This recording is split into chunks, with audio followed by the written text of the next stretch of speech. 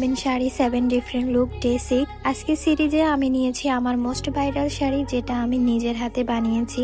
এই শাড়িটা আমি আগেও পরেছিলাম, তবে আজকে আবার পরার কারণ হচ্ছে সবার সব প্রশ্নের উত্তর দেওয়া। এই শাড়িটার সম্পর্কে আপনাদের হাজার হাজার কোশ্চেন ছিল, কাপড়ের ফেব্রিক, প্রাইস, কালার সবকিছু সম্পর্কে ডিটেলস থাকবে আজকের ভিডিওতে। প্রথমে আমি যে ফেব্রিকটা নিয়েছি এটা হচ্ছে জিমিচু। তবে জিমিচু মেবি দুই টাইপের হয়ে থাকে, একটা হচ্ছে একটু সফট আর একটা হচ্ছে একটু সিল্ক টাইপের। তো আমার এটাও ছিল একটু সিল্ক টাইপের। এটার গজ 280 থেকে 320 এমন ছিল।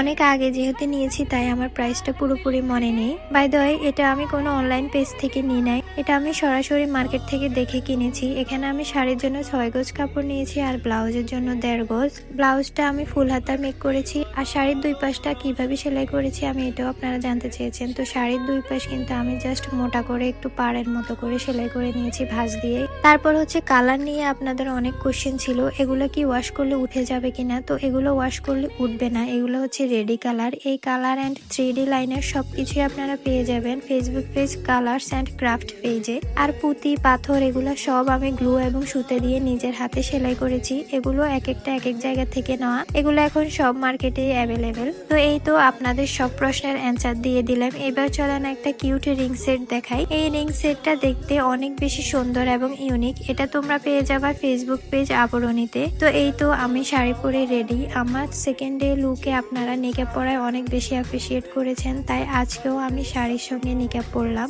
তো এই শাড়িটা কিন্তু আমি 1 মাস ধরে একটু একটু করে কমপ্লিট করেছি, অনেক কষ্ট করে। সবাই অবশ্যই জানাবেন আমার শাড়িটা কেমন লাগছে আর আমাকে কেমন লাগছে। ভালো লাগলে ভিডিওটা শেয়ার করে দিবেন, পেজটা তো অবশ্যই ফলো দিয়ে রাখবেন। আজকে এই পর্যন্তই, টাটা।